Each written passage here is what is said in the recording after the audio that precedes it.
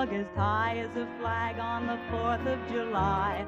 If you'll excuse an expression I use, I'm in love, I'm in love, I'm in love, I'm in love, I'm in love with a wonderful guy.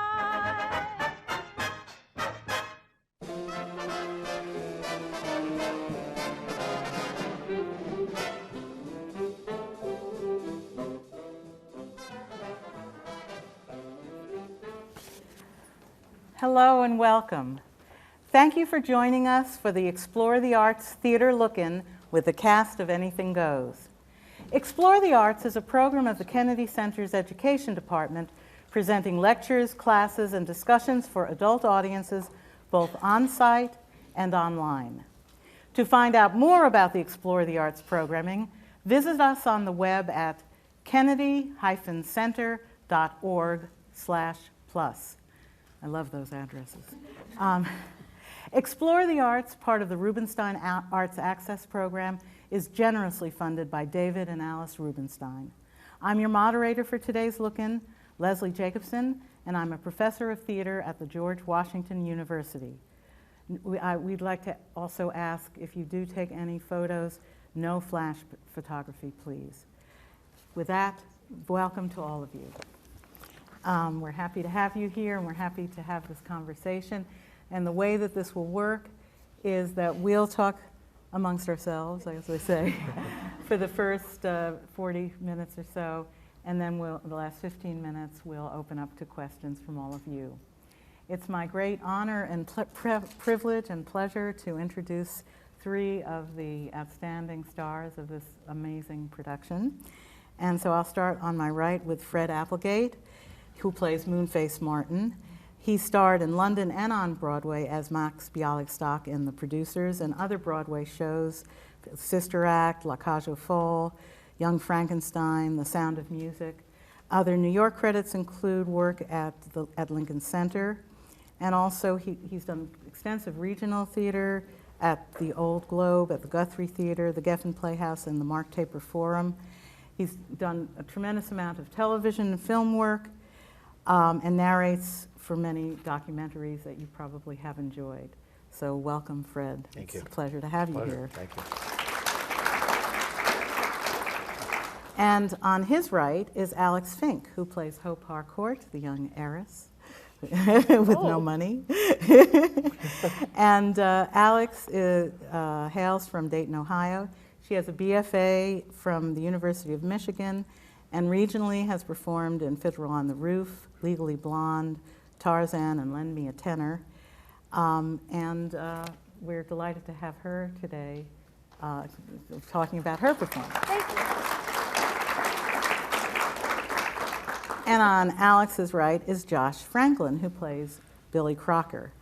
Josh has a number of Broadway credits, including Grease, Legally Blonde, Anything Goes, and Ghost, and national tours, the Jersey Boys, Grease, All Shook Up, On the Record. His training, his BFA is from Webster Conservatory in St. Louis, and he's just released a debut pop album of all original music, which we'll have to ask you more about later. Please do. So welcome to Josh. Thank you.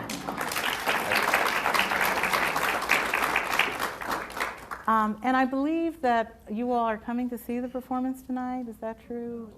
No. Have you seen the performance? How many of you have already seen it? All right, great. How many of you are going to be seeing it? All right. Well, How many of you are waiting to see how this goes?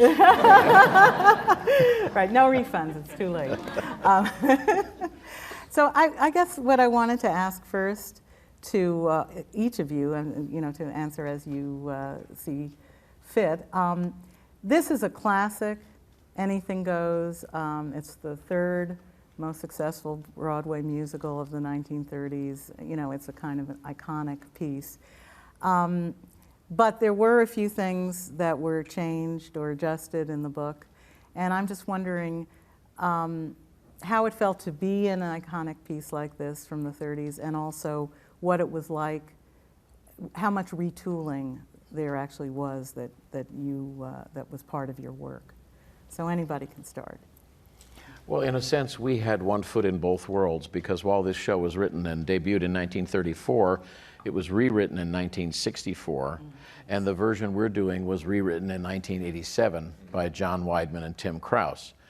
And and we were actually had the pleasure of having John Weidman and Tim Krause with us during rehearsals, making little final adjustments. And the list of songs in the shows, while all the songs in our show are from the show, they have been taken out and plugged in and taken out, and there's certain songs that aren't in our version that were in the 64 version.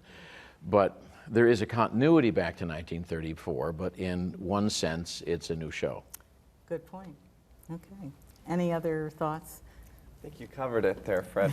Why, thank you, John. Yes, that was excellent. Well done. I'm sure Alex has something to say. I'm sure. Hey, go ahead. Sure. I guess it is a new show, but there's things, I saw the show several times when I was in high school because all my friends were doing it, and everyone always does the 1964 version, and our show is new, not only in the sense that different songs have been plugged in, reworked, used differently, but there's an entire character that's different as well, where in the 1964 there's a character of Bonnie, in our show it's Irma. Right. So there's a lot that's changed, but I'd say in our rehearsal process there wasn't anything super drastic at all. There were a few things added in the New York production throughout rehearsals, like a lot of Irma's lines, she just came up with that whole the whole thing when I knock on the door and sometimes you say the right line and ask who is it. Irma has this whole thing that she's added, this prayer, but you know she's mistaking all these words in the prayer, and I believe she just came up with that in rehearsal one day to fill time. So little things like that they allowed and kept in. I think the big difference with our version, obviously with any version of the show, is the choreography and the dance arrangements and all of that. And they spent a lot of really good time and work coming up with fantastic arrangements and choreography, some of the most exciting choreography I've seen on stage. So I think in that sense it's new as well.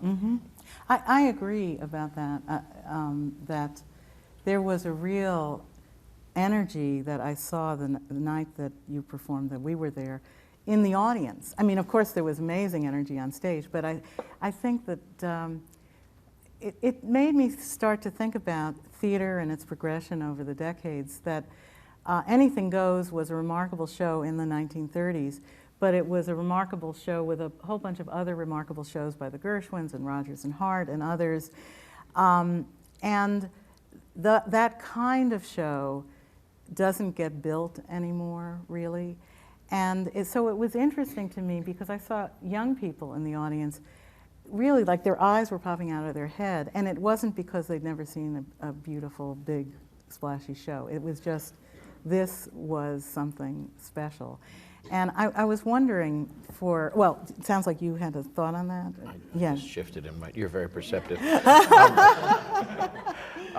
John and Tim, some of the work they did on the show was to make the story more linear so that it would drive itself rather than going from one musical set piece to another, which is pretty much what the show was. 64, it was reworked to make it more modern, but it still had the original structure, and John and Tim made it more linear with more of a momentum. Line, right. And Kathleen Marshall knows how to build a dance number like nobody else. Yeah. So it's a lot of it has changed to be a modern theater piece, but our heritage is in the classic. Yeah, absolutely. And that's a great lead-in, thank you. Anytime. For a question, a lot of comment is made about the Fred Astaire, Ginger Rogers feel to some of the numbers. And of course they are so iconic. And that is there, but I feel like it's also, you've made it your own. I mean, it's not an imitation by any means. But I'm just wondering, did you watch a lot of those RKO movies? Yeah, actually in rehearsal in New York, she brought in, I'm sure she did the same, She did. brought in a ton of video references, and you know, Kathleen, she does her homework. You know, she's not coming into this blindly and making up, you know, I'm not going to say she steals anything, but she does her homework. And Well, genius is knowing who to steal from. right, I agree. I steal from Fred every day. That's why I have nothing left.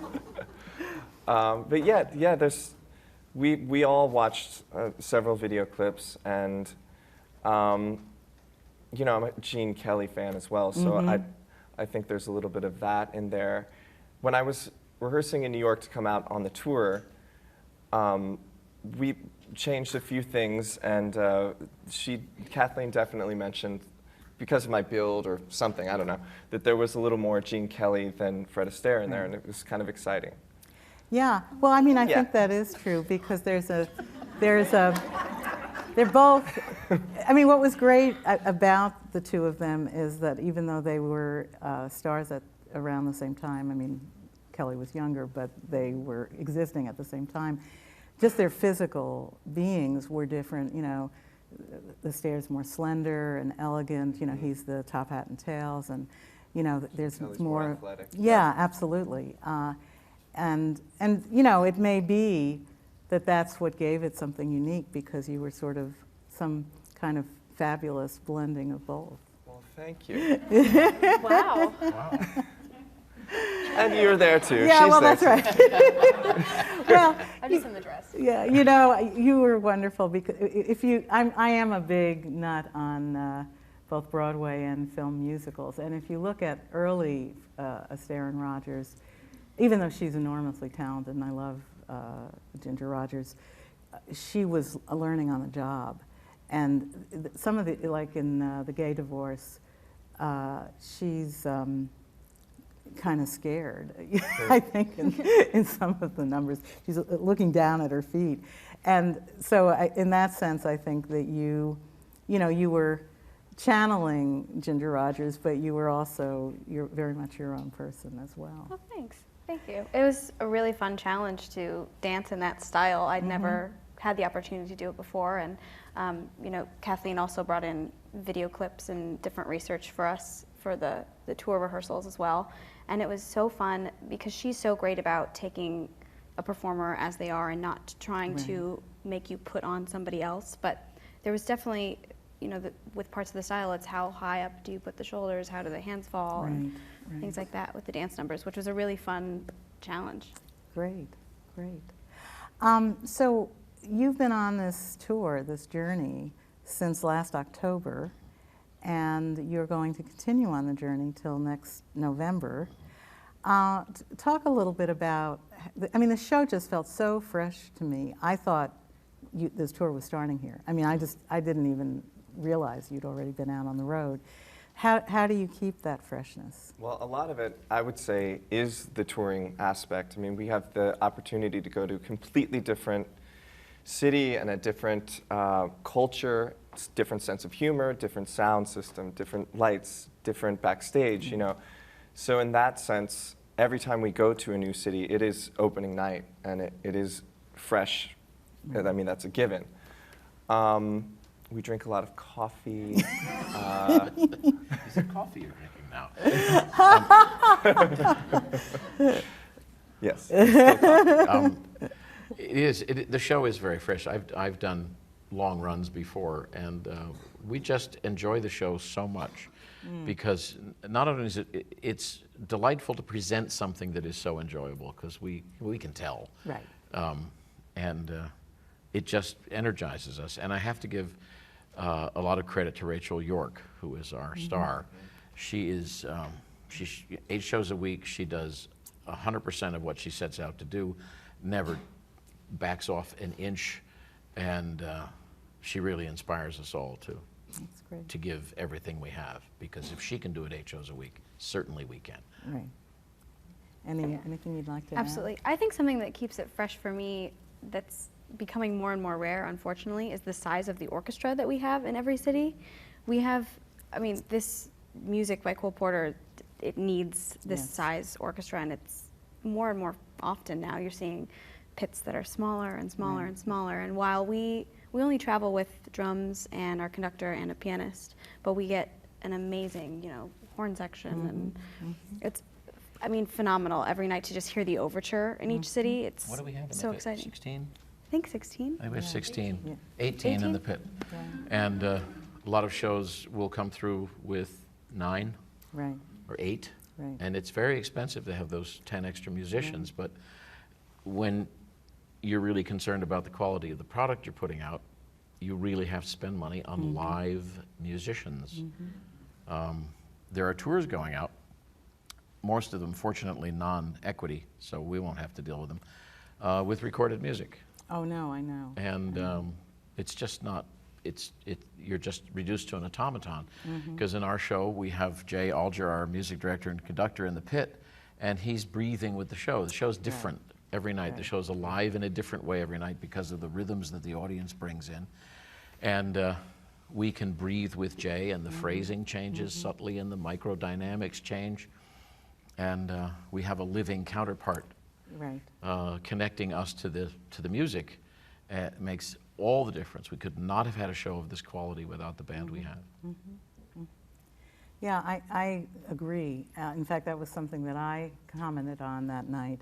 It is such a pleasure. I mean, it's so interesting. Musical theater, which I think is one of the great gifts that America has given to the world of culture, to world culture.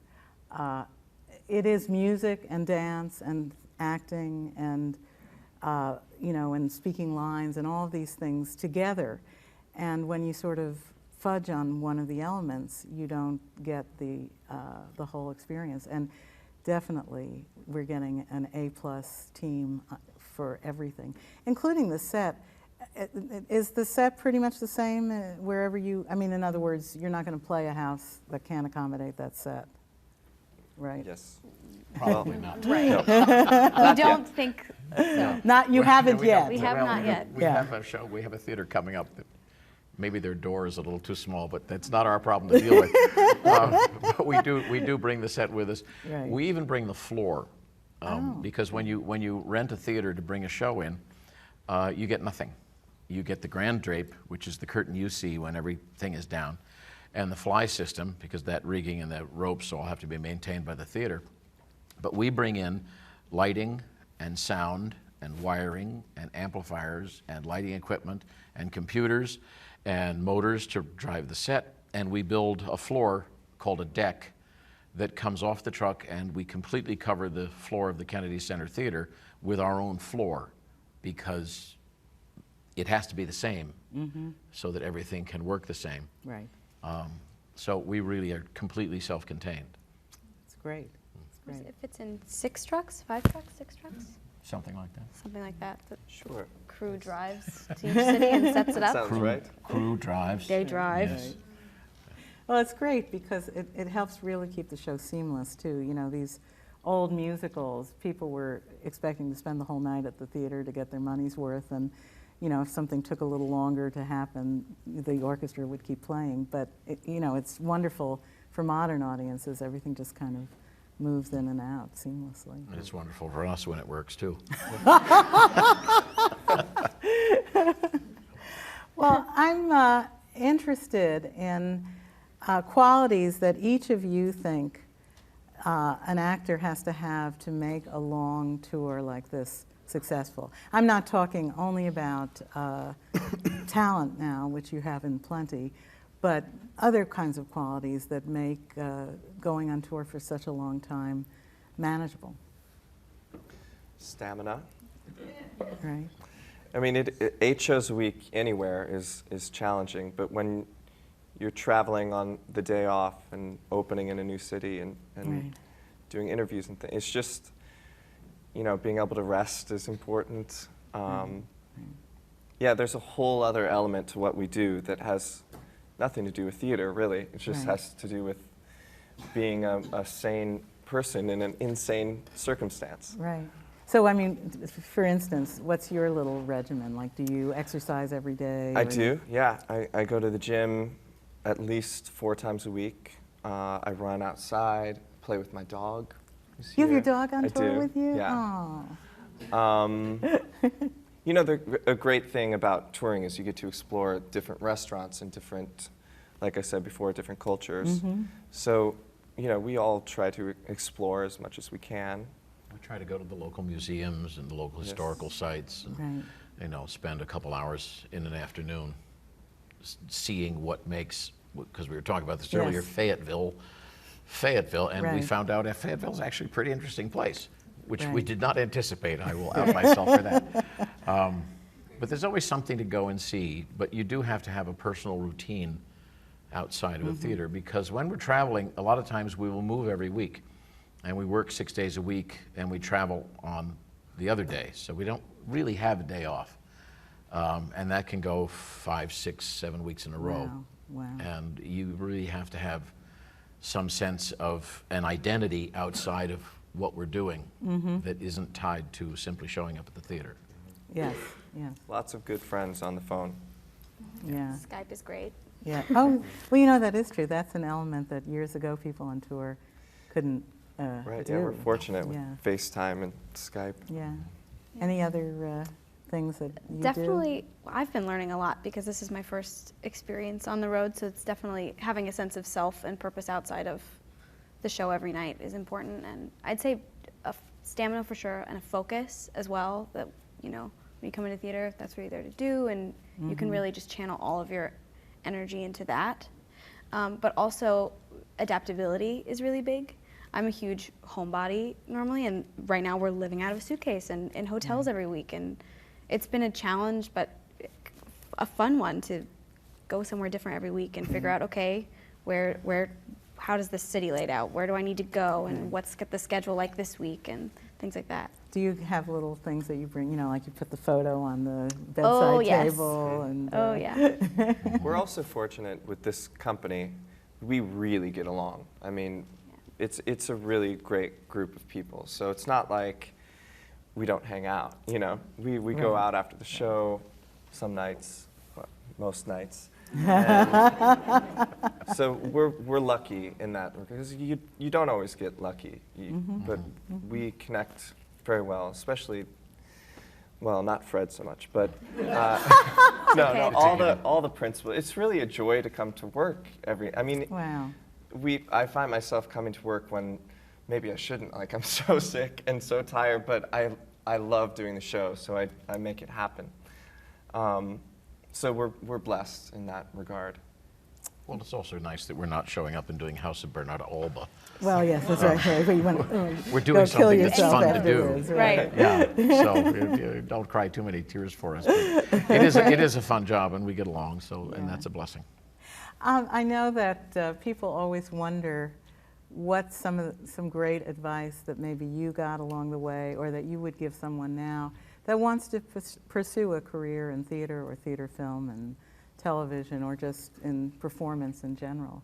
And so I'd just be interested in, from each of you, maybe based on your experiences with training or with other things. For me personally, I think what I did, the best move I made was being really proactive right when I first got to New York City. I remember sleeping on a friend's couch, and every day getting up at 6 a.m., ironing my pants and shirt, and going to every audition I could. And that was my daily routine for, months. And you build relationships that way, and people get comfortable with you, and they trust you, and they start to know you. So, I mean, that's maybe the only thing I did right. But it was a big thing, so it got me this far. Good. Alex? I'm not as experienced as either of them, but I would just say Well, Alex had the one audition, and it went really well. I got really lucky, so I always feel bad answering this question. But just work really hard. Every summer when I was at school, if I wasn't trying to get a job regionally, I was, trying to find some other way to be involved in theater, whether it was behind the scenes or on the stage. I worked, in entertainment and guest services for Royal Caribbean Cruise Lines, like plugging in at Excel and kind of learning that business for a summer. And I also directed and choreographed shows at a high school close to my college. But especially if you're studying theater, I would say focus on what your weakness is and try to make that a strength. What did you think your weakness was? Did you sort of, what was the thing you thought, I've got to really conquer this? Singing, I think. I'd always sung and started, you know, I sang in church when I was little, but I didn't really have a lot of formal training before college at all, and it was something even my senior year before I graduated, people were saying, you know, you really need to work on your soprano. You really got to work on that. And now I'm singing soprano every night, Right. so, you know, and it was hard and frustrating when I was in voice lessons every day, feeling like I didn't know how to sing. And Well, you figured it out because it's absolutely effortless. I guess. No, what I Somebody, mean but- is seriously, it just sounds like it's just coming effortlessly out. Thank And you. of course, that's what always takes the most effort, we know, but still. Well, thank you. What you. about you, Fred? Well, I would say there is nothing to wait for. If you're waiting for something, you quit. You have to be working all the time. And there is always, I tell people to divide things into two. There are your goals and your opportunities. Your goals might not be in the list of your opportunities, so you pick the opportunity that will move you closer to that being on your list. You want to be on Broadway, and you're in high school in Dayton, Ohio. It's very unlikely you can go from high school in Dayton, Ohio to Broadway. So how do you get there from there? And you draw connections, but you have opportunities. You have your high school's doing a play, local community theater has a play, the YMCA has a summer theater, something for children. Always do something. When I was in high school, I was the assistant stage manager of the local community theater. I was involved with a summer theater program for high school kids at a YMCA. I auditioned for and tried to do everything I could in high school and out of high school. There's always something to do. And if none of the opportunities you actually have are good enough for you, none of them will ever be good enough for you. The fact that you are working and doing something is what matters. It doesn't matter, and nothing else matters. Be working on something. Have something that matters to you that you're doing your best at, and then look for the next opportunity. Even us doing this show, we're all looking for what's next. It's just like being a building contractor. You can't wait for one building to be finished and then start looking for another contract. I'm in negotiations for another show. Most of the cast was in New York over the last couple weeks, auditioning for things that are coming up. You just constantly have to be working. I think the thing that young people and students and people starting out underestimate is how much effort you have to put into this to make it work. And if you're not willing to put the effort in every day and do something, make a choice, pick something and do it, then make another choice and do that, you don't have it. Great. Can I say that out loud? Yeah, that's great advice. Well, that, once again, we're working well together here. That leads me into, and I know that sometimes it's hard to know what's next, and sometimes you think you actually have something, but then something else is going to turn up. But I just wanted to ask you a little bit about other things that you're working on, maybe to hear a little bit more about your music and anything else that might be coming up after this wonderful tour is finally over. Yeah. Well, here's an example of really not knowing where things are going to lead. I was doing Ghost last year. We were all convinced that it was going to run for 5 years. Okay. It ran for 5 months. I had another show lined up, Diner. Sheryl Crow wrote the music. Kathleen was directing. They canceled the San Francisco production. We did a workshop with the understanding that we'd begin Broadway rehearsals in January. And then they canceled the Broadway run. So I found myself without a job. And then I got a phone call to come on tour, which was completely unexpected and wonderful. So Diner is still up in the air. Who's doing the music for that? Sheryl Crow. Oh, Sheryl Crow. Yeah, right. it's really, the music's great. I mean, it has its issues, but. And this is sort of based on the Barry Levinson movie. Yep, Yeah. and he wrote the book. Oh, cool. Yeah, it's a great team, but Yeah. they've got their work cut out. But to vamp on that, going back to the point you made earlier, Yeah. the reason you got called to do this tour was because of all the work you'd done, putting yourself out there and getting to know people and having people experience what you can do in auditions and other meetings and other opportunities and other venues. You weren't just picked out of the phone book. Right. Right. The fact that you got that phone call is a testament to how much groundwork you'd done when you were starting out. Yeah, yeah. I knew the casting director. I know Kathleen. I've worked with her a bunch. The whole team, So, very good point. I thank you, John. Yes. I also spent last winter recording my first album, all original music, that I've been writing for years, and I play with a band in New York, and I'm extremely proud of it. It was an enormous amount of work, and the result is, I think, really wonderful. You have it. You love it. I downloaded it from Amazon. It's also available on iTunes. Very And good. thank you. And it's really terrific. It really Thanks, is. Fred. Yeah, so that's been a great adventure. I love writing music. It's Josh Franklin, self-titled. Yep. Eponymous. To use the Kennedy Center word. Right.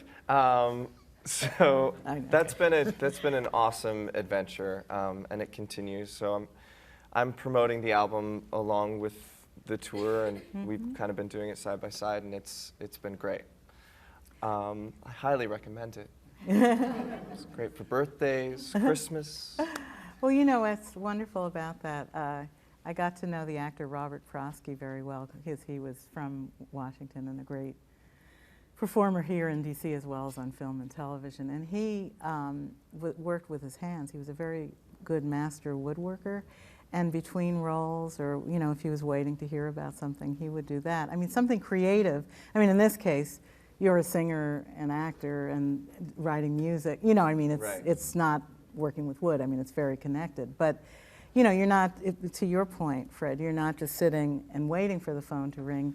You're taking positive, creative action. And creating your own opportunities. I Right. mean, and it's so incredibly rewarding when you finish a piece of art or a song or a chair that you built, Right. and to be like, wow, I wrote these words, I made up this melody, and I played this guitar, and this happened, and it's really rewarding, very exciting. Wonderful. What about you, Alex? I don't have anything specific necessarily that it's in the works right now, but things in New York are already being planned for when our tour is closed. So I've been talking with my agents about different opportunities there that might be good, and we have that 3-week break before the so tour's you over. can So I'm going to go go to New York and really audition. be auditioning a lot and exploring new possibilities Great. when I finish. Great. And you think you'll stay based in New York, at least for the foreseeable future? Yeah. Yes, definitely. And you, sir? I tat. I don't tat. Thank you, the 4 of you who know what tatting is. I have a friend who tats. And she's a lovely she's an hobby. actor. It's a lovely hobby. Well, the youngest of my 3 kids is now 21, so my hobby has been parenting for the last 3 decades, and now I'm looking for something new. I'm a classical music fan, and I do a lot of research on classical music. Oh, And I'm digitizing my entire album and CD collection to the point where my youngest son says that my hobby is data entry. Because you put these discs of Telemann flute sonatas in, it doesn't come up on the database. You have to fill in all that information yourself. So my hobby is now data entry, and I type very fast. And also, you had mentioned that there might be a musical project in the I've offing. been working, we all have these stories. I was involved with the workshops of a musical based on the movie and book Tuck Everlasting. Oh, gosh, I love that. That was scheduled to open at the Colonial in Boston in July and move to Broadway in the fall. And 7 weeks before we were to start rehearsing for the Boston production, they pulled the plug. So next day I looked at the website, it's gone. So I was just about to give my notice for this show. Oh, my gosh. I had to give them 6 weeks notice. Right. And I was a week away from the deadline to give the notice, and they pulled the plug. So that went away. We were very thankful. Thanks. So, speaking as an audience member, so am I. Well, thanks. But I've been working for the last couple of years on a new musical called The Last Ship, based on It's the story of the closing of the last British shipyard in Newcastle on Tyne, which just happened to be where and contemporaneous with the childhood of a musical artist named Sting. And he has written the music and lyrics for a musical set in Newcastle about the closing of the shipyard. And we've been working on it for a couple of years, and it looks like it's going to happen in the spring in Chicago, and then Broadway in the fall of 2014. So that's very exciting. I really love the project. So I think it's a reminder, everything that you are saying, of how fragile this business is. You know, you see a show like Anything Goes, and then we've got this fabulous orchestra and this cast and this, you know, chorus of tap dancing people. You know, it's a big show with big sets, and it's just fabulous. But, you know, that big show could have not happened if this had this and this and this had gone wrong. That I'm always amazed at the fact that these things happen. Not that they don't happen, but that they actually finally do happen. Rebecca. Ah, yeah. There was a big musical of Rebecca, and they had the theater. The artwork was all up on the marquee. Their box office was ready to open. They had their entire cast was hired. Several people had left other shows to be available for Rebecca, and they showed up at their first day of work, their meet and greet, where everyone gets to meet each other and they get to meet the designers and the producers. And the first thing they were told at the meet and greet was that the production was canceled. Oh, God. What a greeting. Yes. Yeah. So it's very fragile, and generally, well, I've been working on this Sting musical called The Last Ship. At the same time I was working on Tuck Everlasting. At the same time I was working on another musical called Empire, about the building of the Empire State Building. So you sort of have to keep one step ahead of Right. yourself. Well, I'm going to open it up to the audience in just a moment, but I wanted to know, obviously you are wonderful practitioners who are like neck deep in this business, which includes film and television and voiceovers and all sorts of things. But so this is a kind of question to just take a step back for a second, but I'm sure you all have opinions. People have been predicting the end of live theater for, you know, as long as theater has existed, and somebody called it, you know, the magnificent invalid. And, you know, in this age where we have such technology, sometimes it seems like, well, you know, we can just see it online, or, you know, we don't even have to watch television anymore. We can just have it streaming on our computers. But obviously, for those of us that experience live theater, we know that there's nothing else like it. But I'm just curious, you know, what do you think the health of the magnificent invalid is these days? Being in New York, seeing what's going on, traveling around the rest of the country, seeing people coming to your show. You know, what do you think, you personally, is the future of theater in the U.S.? You know, it varies from year to year in New York. There's some years that there's so much exciting theater happening and every theater is full, and you would never think that anything was going to change. And then the next year, you walk down the street and there's like empty theater after empty theater. But I think it always comes back around. I think it's something that we're addicted to, that we can't get enough of. Once you go to your first play or musical, and if it's your thing, you're hooked for life. And I think there are enough of us that are lifers that if I could be a professional audience member, I would. I'm only on stage because I don't get paid to watch. Yeah, maybe that's my future, but I'd be too nice. I love everything. Necessarily. But except for any show that Fred's. I think the statistic is 85% of Americans will never see a professional theater production. Never. 85%. So there's a very small little slice of us who think this is worthwhile, but we do. And I've lived through the death of Broadway twice now, and it's still kicking. Right. I think there's a need to sit and listen to stories being told, and to do have that in community. that personal to actually be in the room, you know, and you know, where two or more are gathered in the name of theater. I mean, it'll happen. Yeah. A story will be told and people will listen and they'll tell the story again, or they'll be affected by it. And that's not going to happen with a hologram. Okay. And it's not going to happen in any other way than this. Mm-hmm. Yeah, I will agree. Right. I completely agree with Fred. I think That's wise. I thought so. I'm learning. Theater is overall, I think, incredibly resilient. And, you know, Fred said he lived through the death of Broadway twice. Mm-hmm. I caused one of them. That doesn't surprise me. That does not surprise me. But it is something, you know, it's such a small percentage, as he's saying, really, really find it worthwhile. But I think that percentage puts forth so much effort to keep it alive and try to make, you know, more arts programs and really get it out there, that I think that it will be okay. I don't think it'll die, ever. What gives me hope is that the small shows, the small, simple shows, where a group of people are simply telling a story, like Once, and the little shows on Broadway Right. that get tremendous business as people are proving again that they want to be told a story that's compelling. 39 Steps was made into a Broadway show, 4 actors doing all the parts, right. essentially with a box and a chair and a cape. And it was absolutely fascinating, and it sold out as long as they could keep those actors together. Right. Because people wanted to experience someone telling them a story. And it's not a, you know, $184 million musical, which is the actual cost of Spider-Man.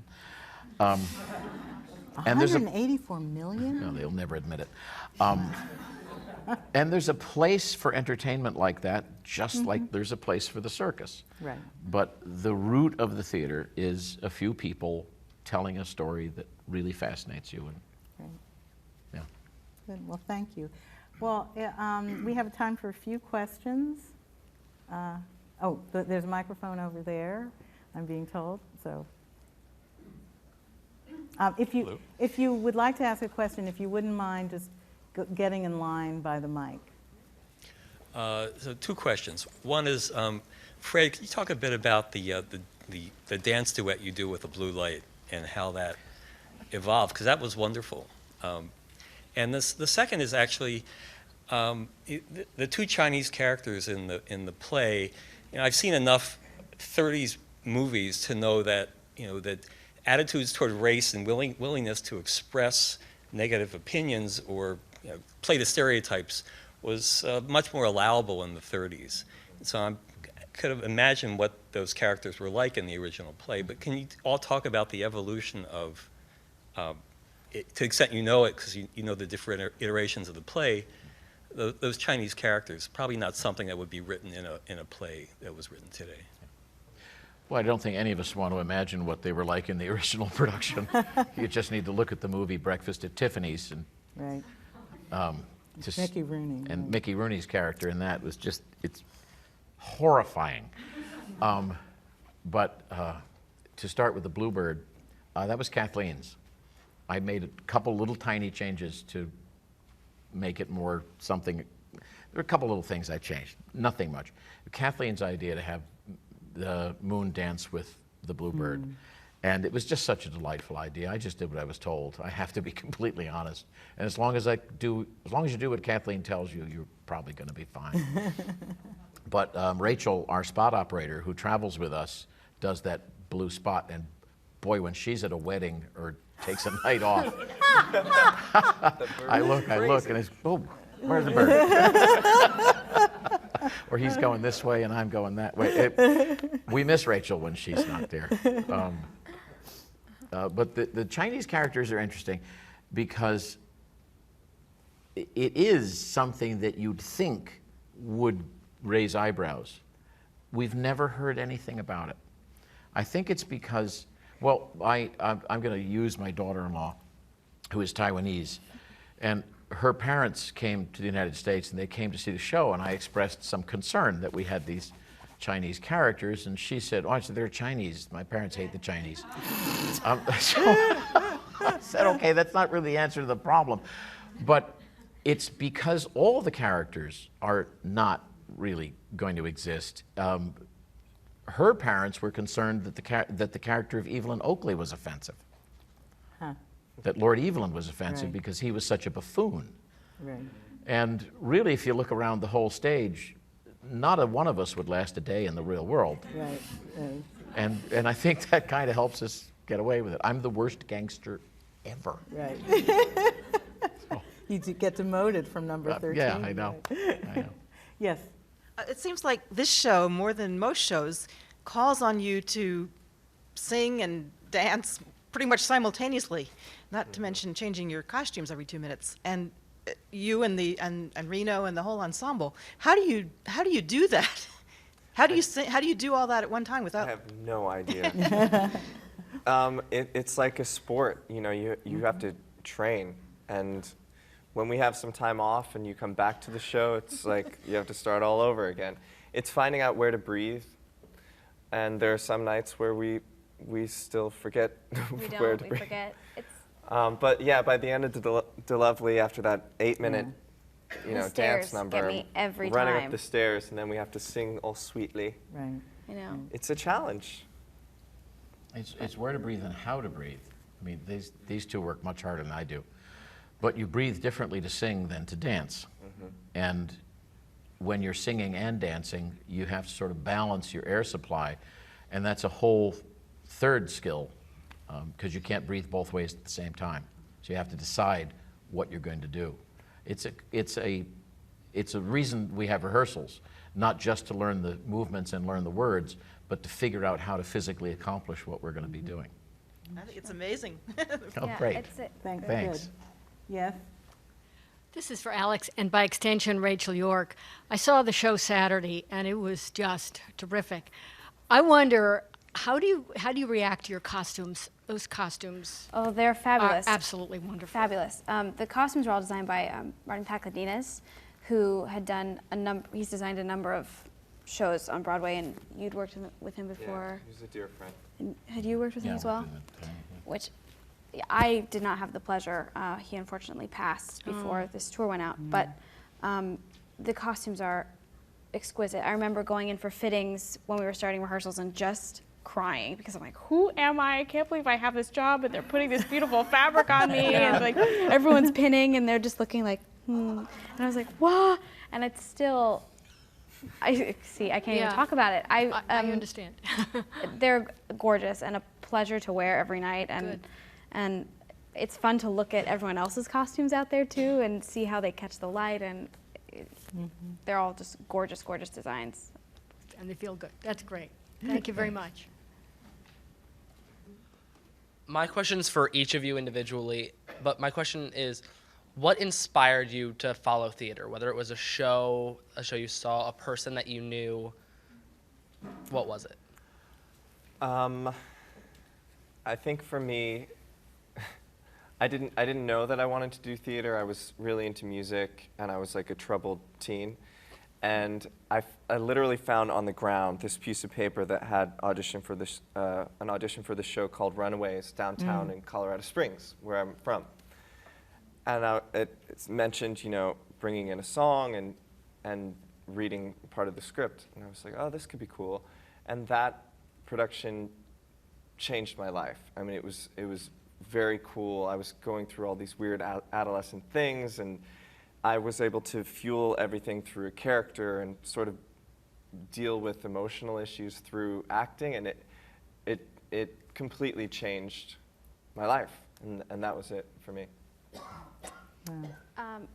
I was always really involved in theater. Growing up, I danced when I was really little, and but I'd say my grandparents were a really huge influence on me choosing this career.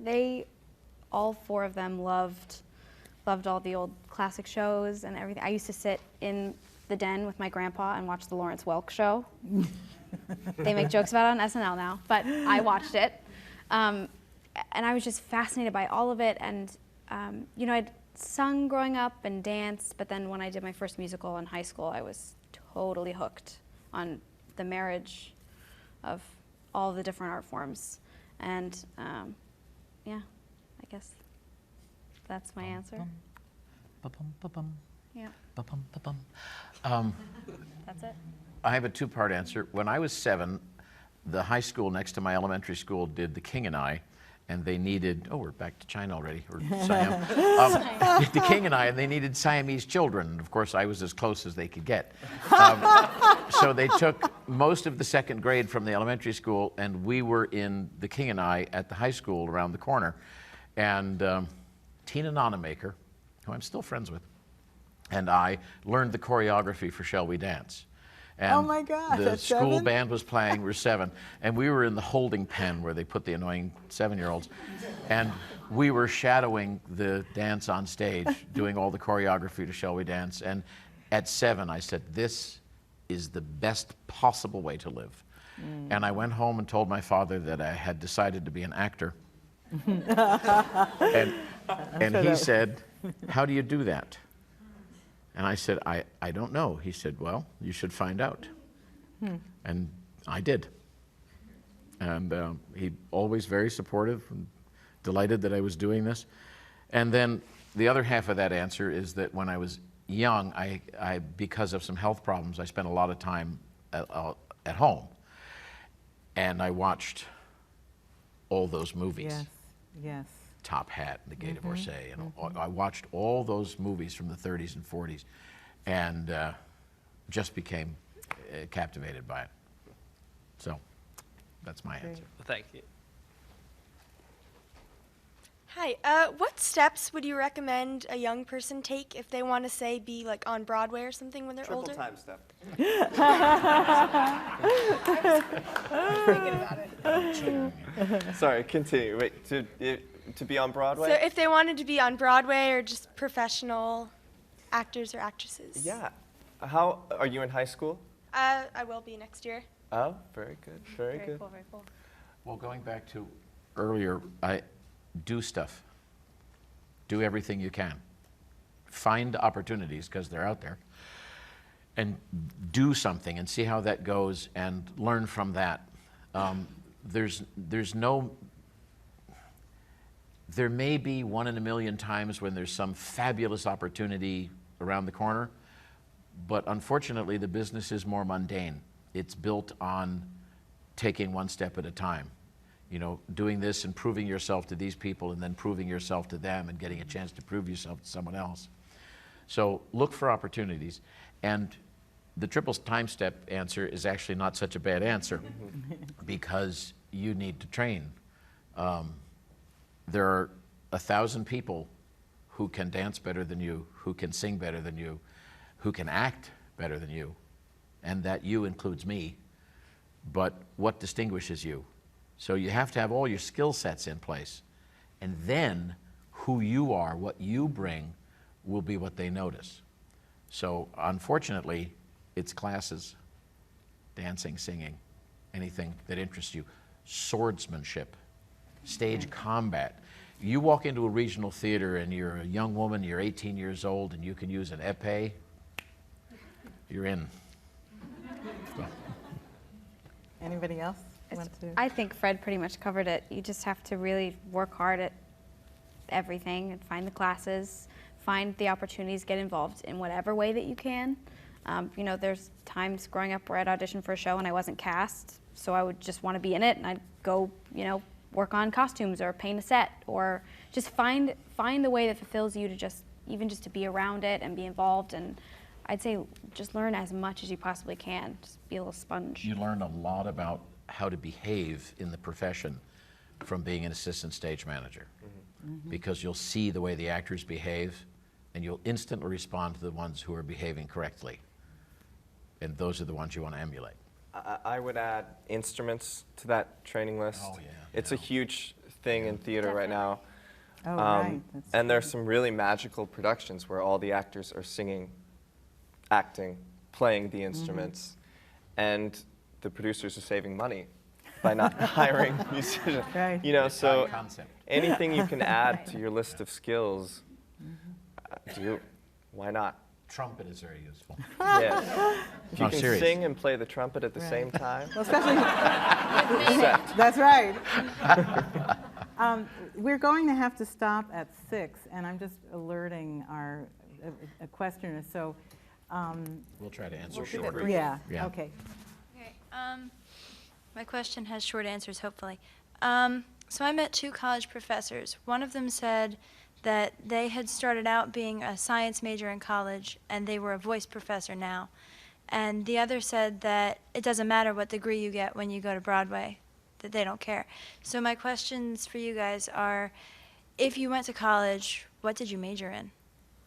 I majored in musical theater. I majored in musical theater as well. Okay. Well, I have a Bachelor of Science in speech with an emphasis in theater. But that's just because Northwestern's really weird. That's exactly right. I know. I said that this is the only place where I would get a Bachelor of Science. We both went to Right. Northwestern. They're both right. On the other hand, they're both. Once you get to Broadway, what you studied, all that people care about in New York is what you do, what your product is, what you show them. If you've got a pedigree, that might open a door or two. If you have a degree in philosophy, as long as you can tap dance, that's fantastic. Thank you. But again, like this program at Michigan, it was Michigan, wasn't it? Yeah. That she went to, built that skill set for their students. And that's a very important element. You arrive with a skill set in place. But really, in terms of education, being intelligent is a very important thing to be in a room, to be able to speak intelligently about theater, talk about the history of theater, talk about, you know, the last revival of this show, to talk about, well, Follies was here, it was a big deal. I saw the original Follies, and there were several in between. Well, if you're going into a production of Follies, what do you know about the previous ones? So you have to be, and education is very important, although it's partly correct that you can get dance and singing and all that stuff and get a degree in philosophy. Thank you. Hi, I have two questions. The first one, Would you ask just one so that the person behind you Okay. can also ask a question? they're short but sure. The first one is, I have to choose. Okay, I guess, do you guys have understudies that travel with you? Like, what happens if you get sick? Yeah, we all have understudies, multiple understudies that are in the company on stage every night as well, that have their own tracks in the show. And then if one of us is out, then an understudy bumps up, and we have what are called swings, and we have 2 male swings and 2 female swings, and they know every ensemble track in the show. So then if, you know, it's just kind of a system where everybody bumps up. So do the swings usually not perform unless someone gets sick? They're off stage unless someone's sick, on vacation, injured, something like that. Okay, thank you. Yeah, Thanks. thank you. This is a tall microphone. I'd just like to ask, what is the oddest thing you've ever done for theater?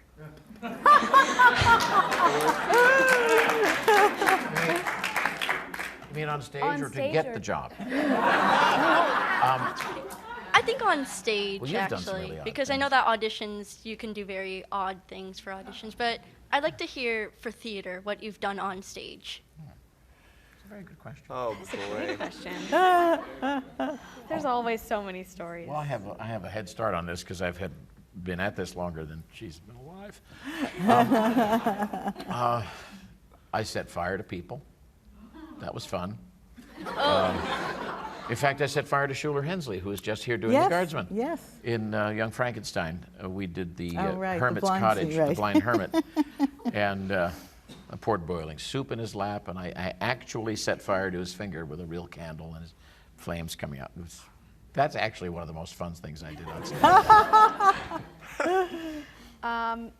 Well, I did Peter Pan once, so I got to fly. That was awesome. Ooh, that's great.